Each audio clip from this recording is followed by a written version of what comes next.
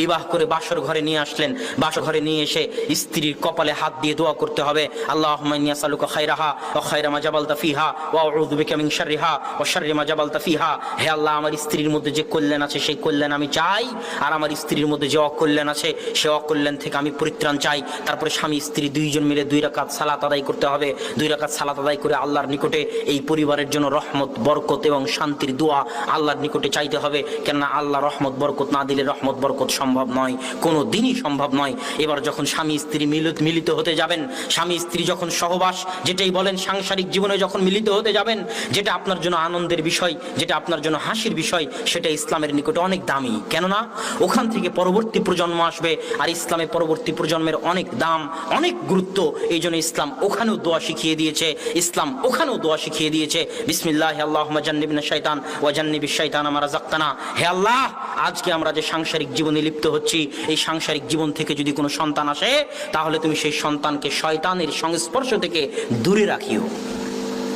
কত সুন্দর ইসলামের পরিকল্পনা শুধু একটা সন্তানকে নিয়ে। কেননা ওই সন্তান ইসলামের নিকটে সবচেয়ে দামি, আপনার নিকটে দামি হোক আর না হোক। এই দোয়া পড়ে যখন আপনি আপনার স্ত্রীর সাথে সংসার জীবনে লিপ্ত হবেন, তখন ওটার মাধ্যমে যে সন্তান আসবে, সেই সন্তানের মধ্যে বরকত রহমত থাকবে, ওই সন্তান সুসন্তান হিসেবে গড়ে উঠবে। আর এই নিয়মগুলো যদি আপনি রক্ষা না করেন, তাহলে আদর্শ পরিবার গড়ে তুলতে পারবেন না।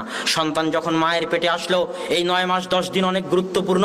এই 9 মাস 10 দিন মায়ের হায়েজ, মায়ের ঋতু বন্ধ থাকে। কেননা মায়ের রক্ত থেকে সন্তান খাদ্য গ্রহণ করে, যেটা জন্মের পর নাভি কেটে ফেলা হয়, নাড়ি কেটে ফেলা হয়, ওটার মাধ্যমে সন্তান মায়ের রক্ত থেকে খাবার গ্রহণ করে, মায়ের রক্ত থেকে খাদ্য গ্রহণ করে।